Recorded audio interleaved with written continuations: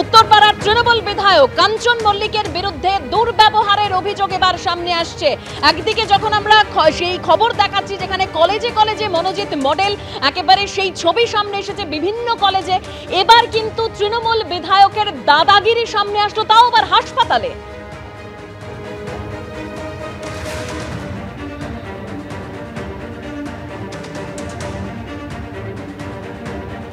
Calcutta school of tropical মেডিসিনের দাদাগিরি তৃণমূল বিধায়কের। আত্মীয়ের চিকিৎসা করাতে হাসপাতালে যান তৃণমূল বিধায়ক।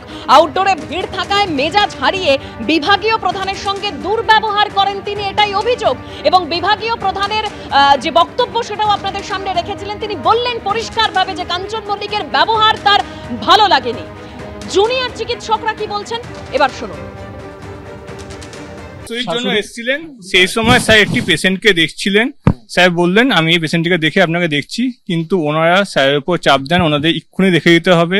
এবং স্যার তখন ওনাদের ঘটনা প্রতিবাদ জানান।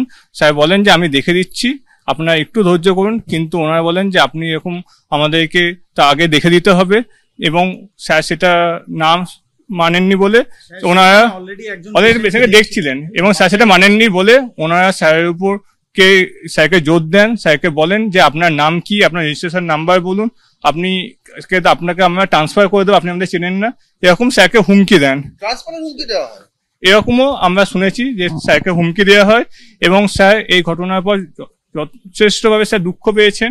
আমরা স্যারের এই অপমানকে আমরা যথেষ্ট ধিক্কার জানাই।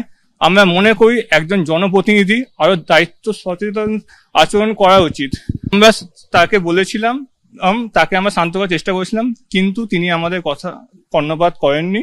তিনি যথেষ্ট অ্যাডামেন্টলি স্যারের সাথে খারাপ বিহেভ করেছেন। সেই ঘটনায় যথেষ্ট দুঃখ পেয়েছেন। আমরা স্যারের পাশে সবসময়তে আছি এবং ঘটনার তীব্র নিন্দা করছি।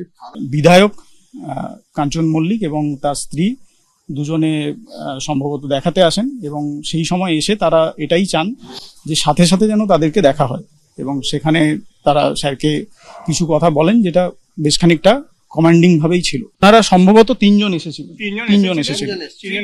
ঘটনার পরে আমরা যখন জানতে পারি, তখন গিয়ে যখন পৌঁছই, তখন যে রোগীরা ছিলেন তারা যথেষ্ট উত্তেজিত ছিলেন এবং সেটা এক প্রকার তারাই এই কাঞ্চন মল্লিক এবং তার স্ত্রীকে তারাই এক প্রকার বাইরে যেতে বলেন এবং তারাই এক প্রকার বাইরে করে দেন।